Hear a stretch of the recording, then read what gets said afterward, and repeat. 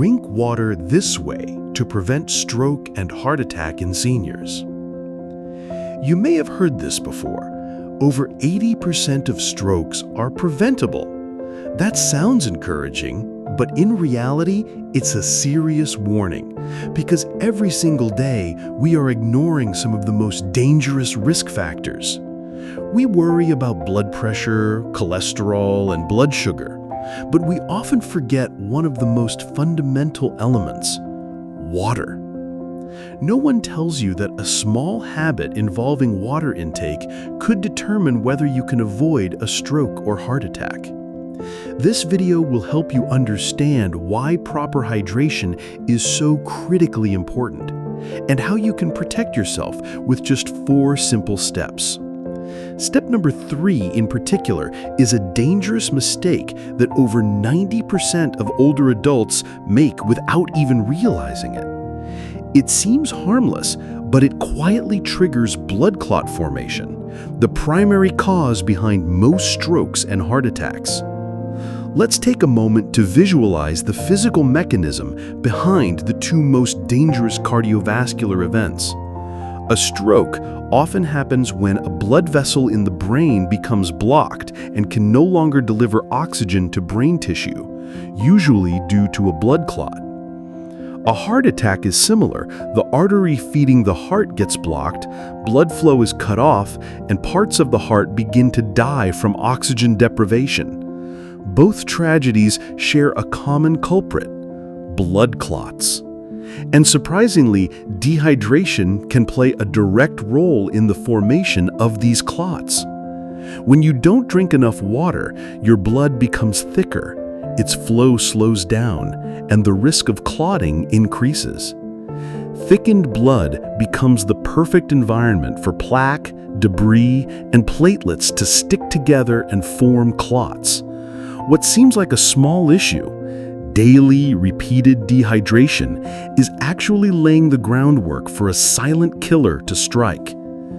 Watch this video until the end, because we'll show you how to drink water properly based on your age, body condition, and time of day for maximum protection. And more importantly, you'll discover the absolute worst time to drink water, a time many people assume is healthy, when in fact it could be pushing them dangerously close to a stroke or heart attack.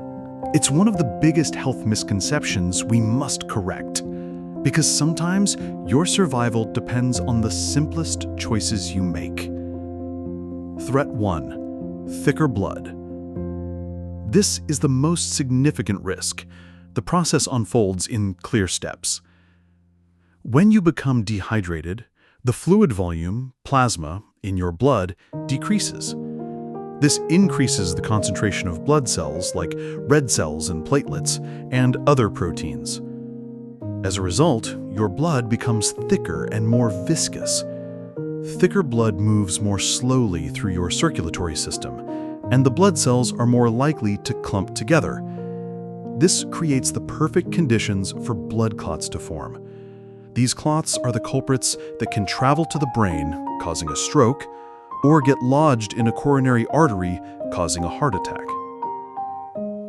Threat 2: increased strain on your heart.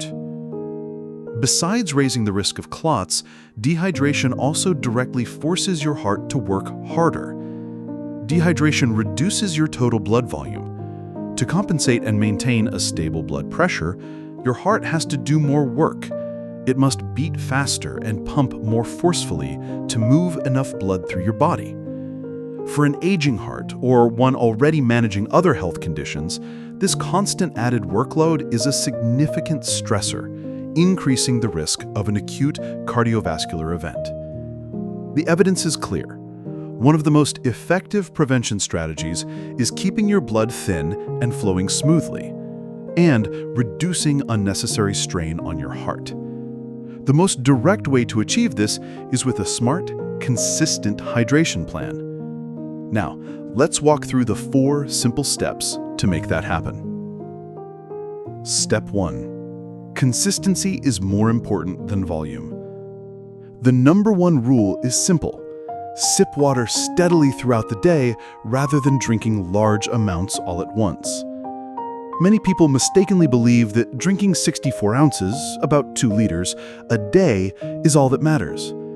They might forget to drink all morning and then try to catch up by chugging 2 large water bottles in the afternoon.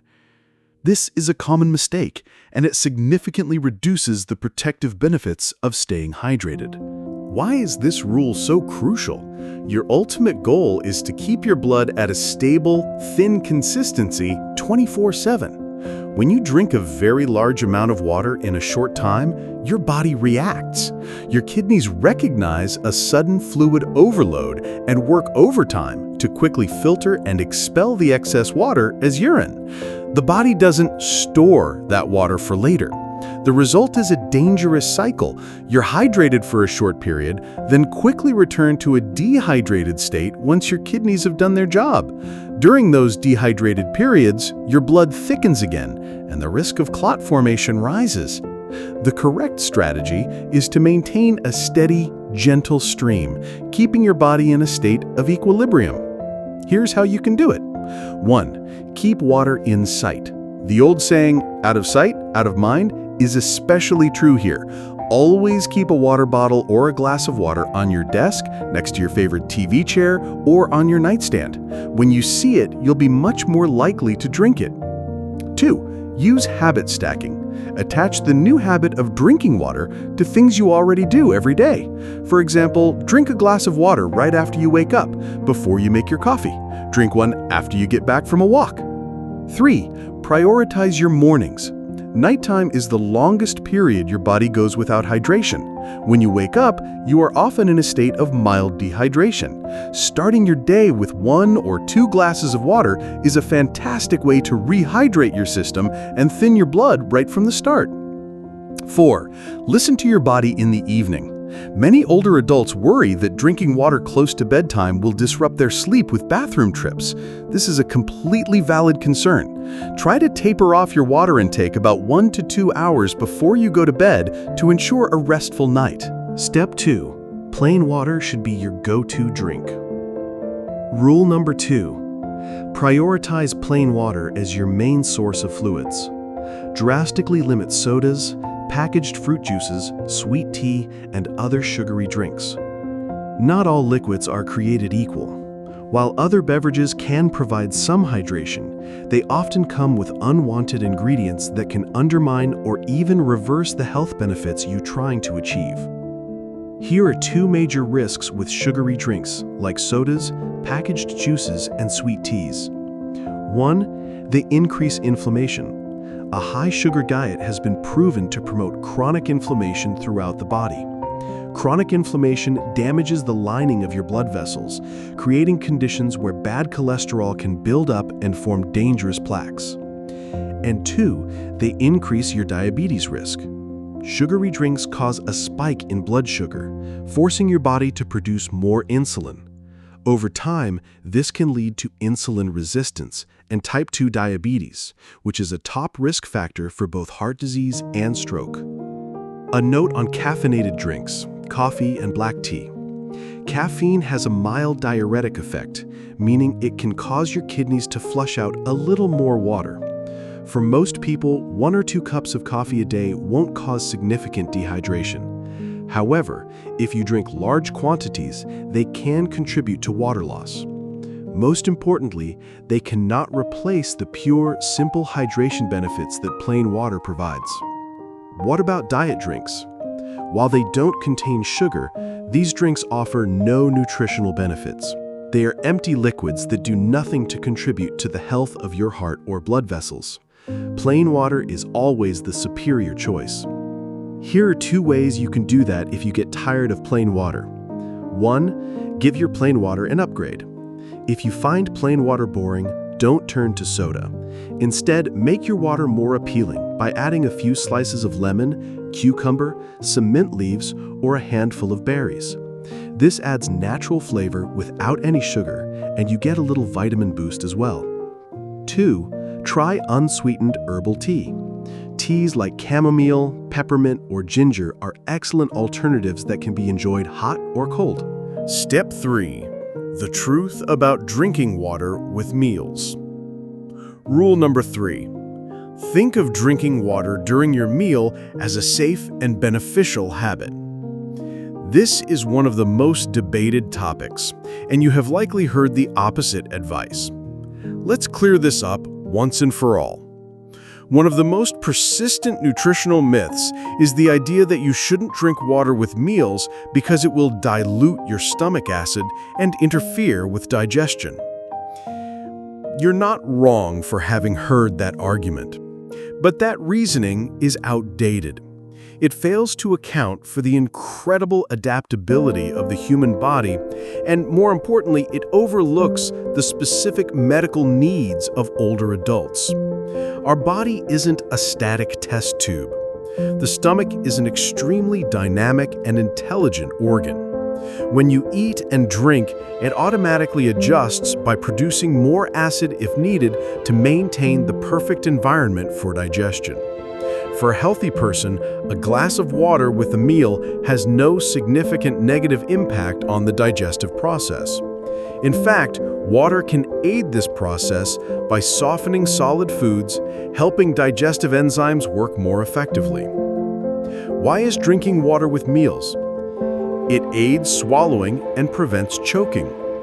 As we age, and particularly after a stroke, our ability to swallow can weaken, a condition known as dysphagia. Taking small sips of water while eating helps moisten and soften food, making it much easier and safer to swallow. This directly reduces the risk of choking, a dangerous accident that can lead to aspiration pneumonia.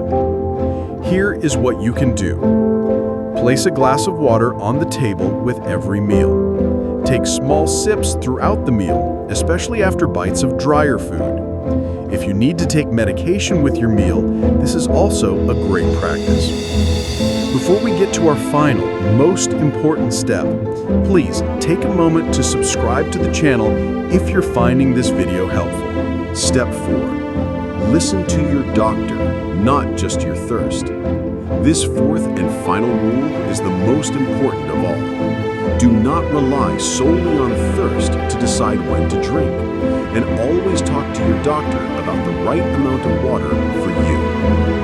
This is the step that personalizes all the previous advice into a plan that is safe and appropriate for your unique health situation. Why your thirst mechanism isn't a reliable guide. One of the natural physiological changes in the aging process is that the body's thirst signaling mechanism becomes less sensitive.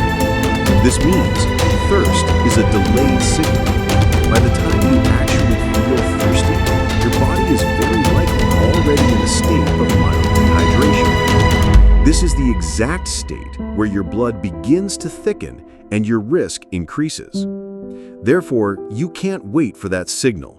Instead, you must be proactive about sipping water regularly, as we discussed in Step 1. A good way to check on yourself is to look at the color of your urine. If it's a pale, straw-like yellow, you're doing great. If it's dark yellow, that's a clear sign you need more water. This is the most critical safety warning in this entire presentation. While staying hydrated is vital for most people, there are specific medical conditions where drinking too much water can be dangerous. Two of the most common are congestive heart failure and chronic kidney disease.